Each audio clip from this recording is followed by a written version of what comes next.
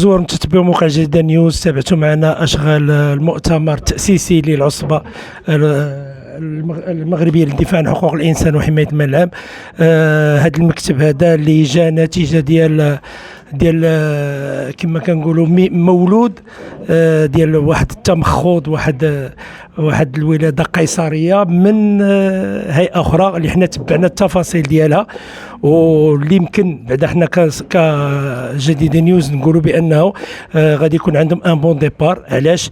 لانه باش انك تاخذ هذاك القرار الشجاع اللي تاخذوا هاد المناضلين ديال هاد الهيئه الاولى، بطبيعه الحال هادو يتعول عليهم وما تعولش على راسك. انا بغي نخليك في نص الطريق كما كيوقع في العديد من الهيئات.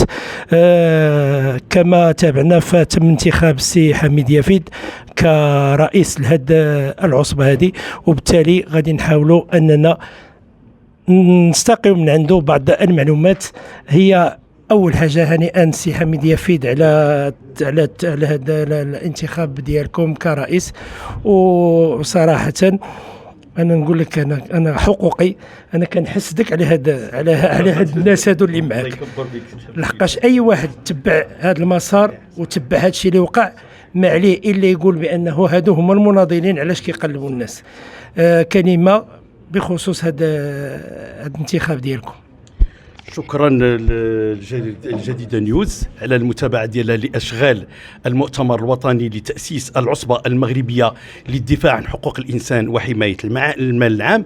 الحقيقة كما قلتي هذا ترأسي اليوم أو باش نشغل المنصب ديال الرئيس الوطني لهذه الهيئة فهو فخر لي، وكذلك هو يعني واحد الحمل ثقيل اتقانني به الكاهل ديالي به الاخوان دولي. هاد الاخوان اللي هما ماشي من طينه عاديه، ماشي من عيار عادي، هادو اخوان من طينه يعني استثنائيه وعيار ثقيل في المجال الحقوقي.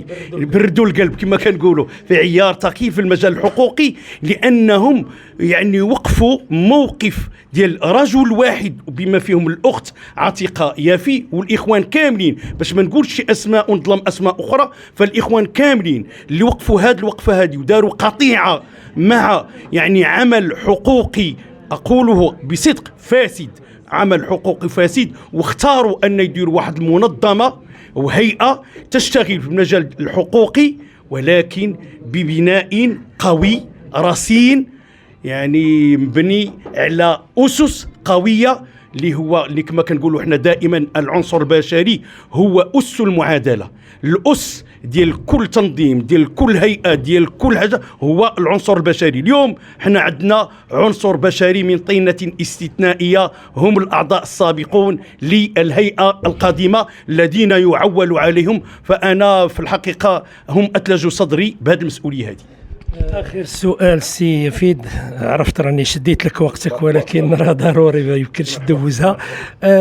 كيف كنعرفوا أن ملي كيكونوا بحال هاد الهيئات ومسبقا كيكشفوا على بعض الأوراق، السلطة أنت كتعرف كيفاش كتشتغل، وصل الإيداع كيفاش كيتخاض، بطبيعة الحال غادي يكونوا هناك عراقيل.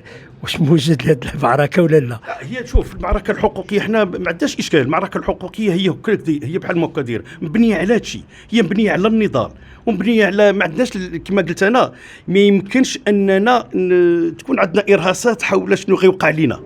عادي جدا ملي كتشتغل انت، الا كانوا ناس معقولين، انا كنقولها ديما دابا ناخذ جو دو بارلي فرانشمون، الا كانوا ناس معقولين وما كيخلعهمش العمل الحقوقي فبالتالي غنلقاو الحمد لله طريق ميسره. الا كانوا ناس كما كنقولوا فكرشهم العجينه راه غيدعوا لنا العراقيل تو سامبلومون. سي حميد يافيد مرة أخرى كنهنئوك بهذا التكليف، ماشي بالتشريف، بهذا التكليف اللي تكلفته، وحظ موفق. وحنا في الجديدة نيوز مستعدين أننا نواكبوا جميع الأشغال ديالكم. شكرا جزيلا. شكرا لكم.